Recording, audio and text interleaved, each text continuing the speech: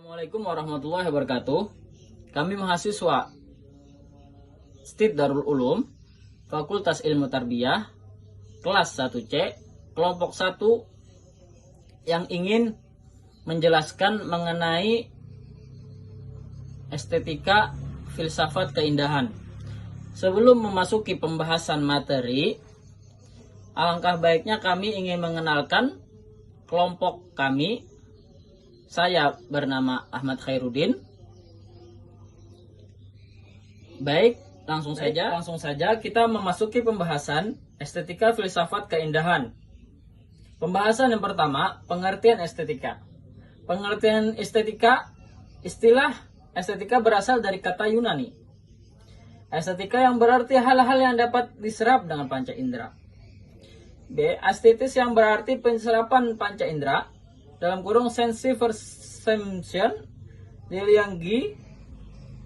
Jadi estetika menurut arti entomologis adalah teori tentang ilmu penginderaan, pencerapan panca indera. Sebagai titik tolak dari pembahasan, estetika didasarkan pada asumsi bahwa timbulnya rasa keindahan itu pada awalnya melalui rangsangan panca indera. Istilah estetika sebagai ilmu tentang seni dan keindahan pertama kali diperkenalkan oleh Alexander Gottlieb Baumgarten, seorang filsuf Jerman yang hidup pada tahun 1714 sampai 1762. Keindahan menurut luasnya lingkupan dapat dibedakan menjadi 3 macam.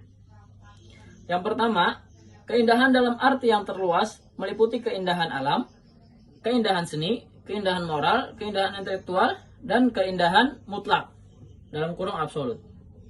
Yang kedua, keindahan dalam arti estetis murni menyangkut pengalaman estetis dari seseorang dalam hubungannya dengan segala sesuatu yang dipercaya.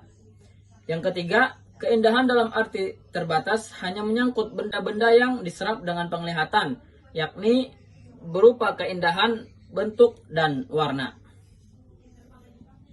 Pembahasan yang kedua, definisi estetika itu beragam.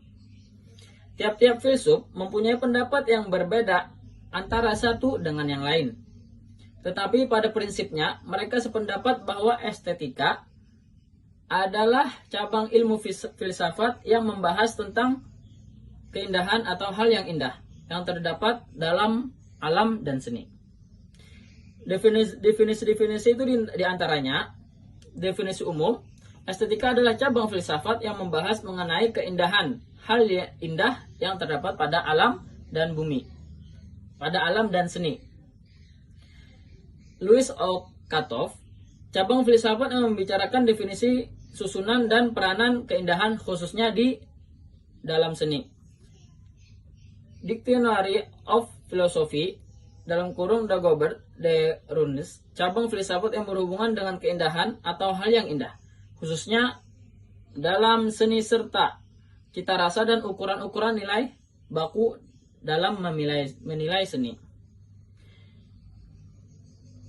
William Halverson, cabang filsafat dalam kurung aksiologi yang bertalian dengan filsafat dasar dari nilai-nilai non-normal, khususnya keindahan dan nilai-nilai lainnya apapun yang mempunyai sangkutan istimewa dengan seni. Yang terakhir, The American Society for Aesthetics, semua penelaahan mengenai seni dan bermacam-macam pengalaman yang berhubungan dengan itu dari suatu sudut pandang filsafati, ilmiah dan teoritis lainnya, termasuk dari psikologi, sosiologi, antropologi, sejarah kebudayaan, kritik seni dan pendidikan. Dalam kurung Delianggi 1976 sampai 16 sampai 31 dalam kurung. Ini pengertian definisi estetika itu beragam. Oke, maka dilanjutkan oleh teman saya lagi pembahasannya. Bagian B, seni dan keindahan. Makna keindahan secara akademis sudah dipelajari manusia sejak abad ke-18 oleh para filosofi yang tertarik untuk mengembangkan estetika. Beberapa pendapat mengenai keindahan yang dikemukakan oleh para ahli yaitu 1. Alexander Baumgarten Ia berpendapat bahwa keindahan adalah keseluruhan yang tersusun secara teratur dari bagian-bagian yang saling berhubungan. Yang kedua, pendapat Sulzer. Ia berpendapat bahwa yang indah hanyalah yang baik. Jadi yang tidak baik itu tidak dapat dikatakan indah.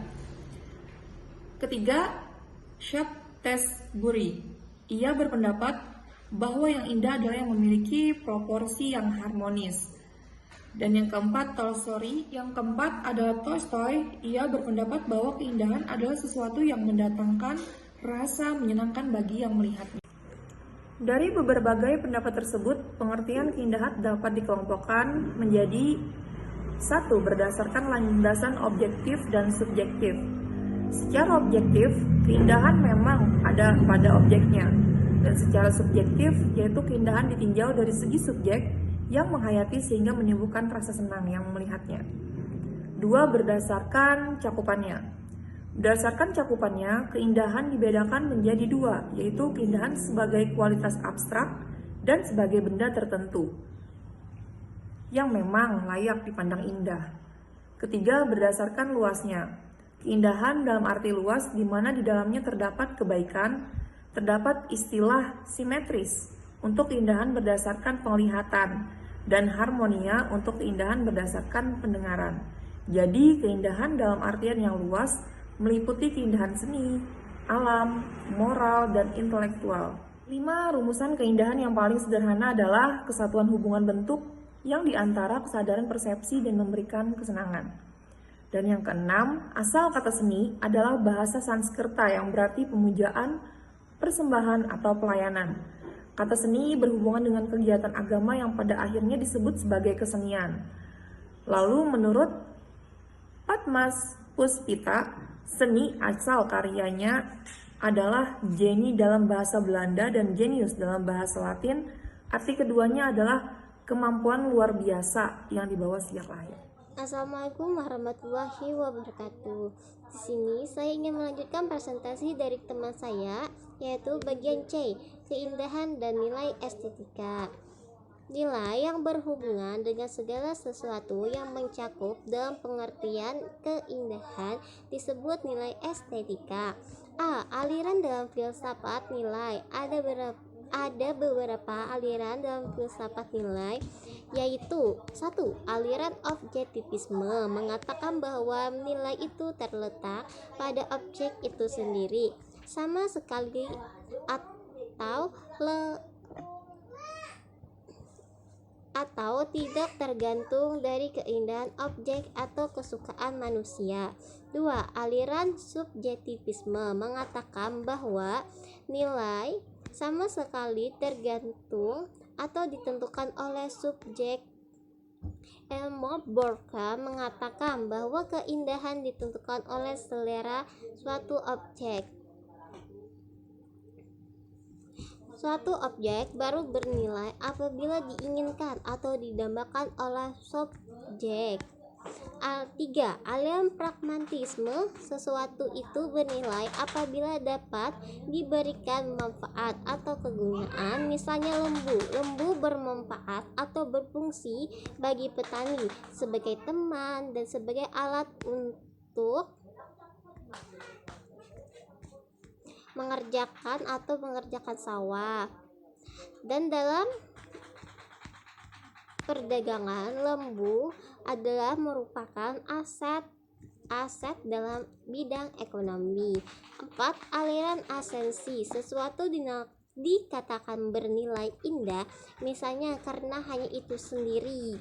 Bunga mawar itu dikatakan indah karena memang di dalam bunga mawarnya itu benda itu mengandung suatu keindahan, maka bunga mawar dikatakan indah.